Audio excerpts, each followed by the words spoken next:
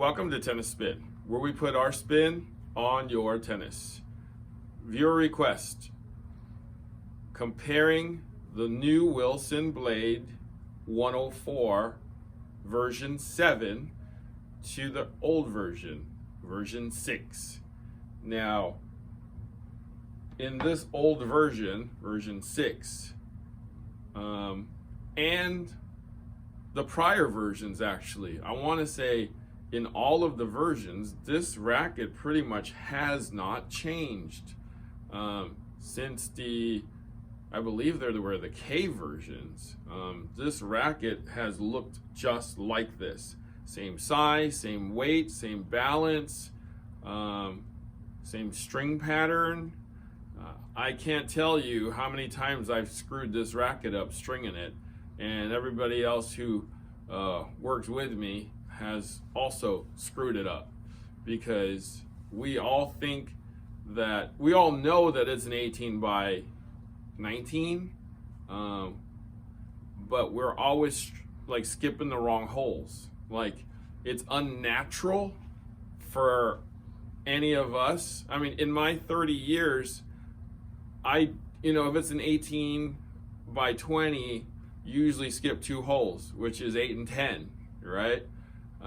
This is a skip 9, 1 string on the main only, right? That's very unnatural. No other racket does that. So we managed to screw this racket up many times. So when you do it wrong, there's a big ass gap down here on the top and the bottom, and you look at it and it's like, that's kind of weird looking. What's wrong there?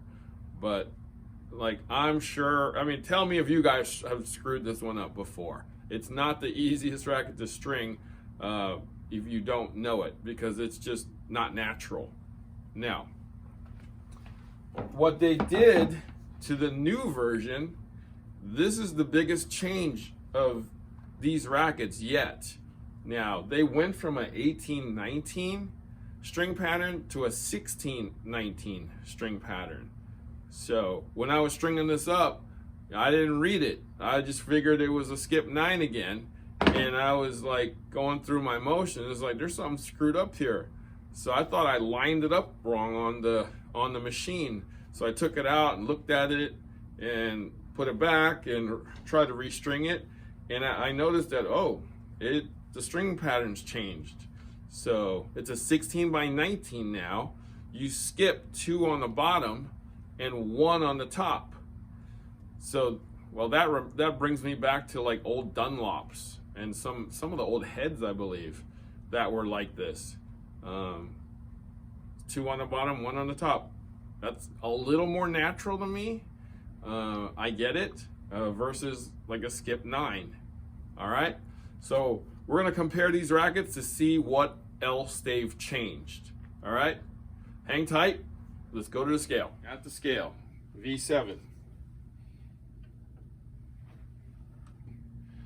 311.5, 311.5. Okay, V6, like a car, V6. So this particular one,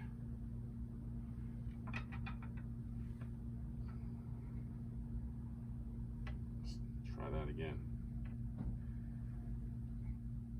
302.5. You going with the air? Okay. All right, 302.5. All right. Let's try the swing weight here.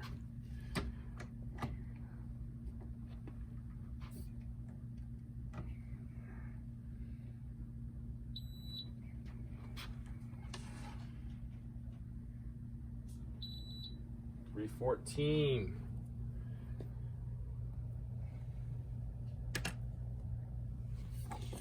$314 on the V7.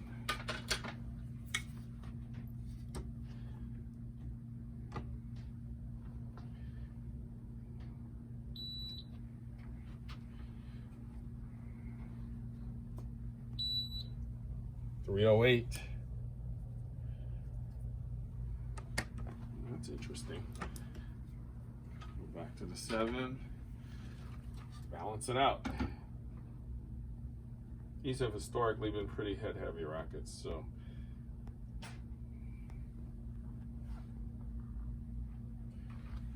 About 327.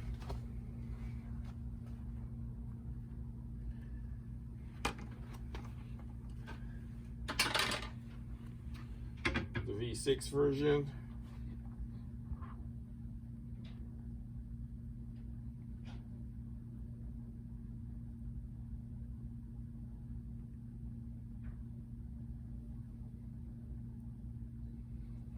$337. So the beam on both of these is 22 millimeters. The flex is a little different too. So the flex on the V7 is 60, and the flex on the V6 is a 66.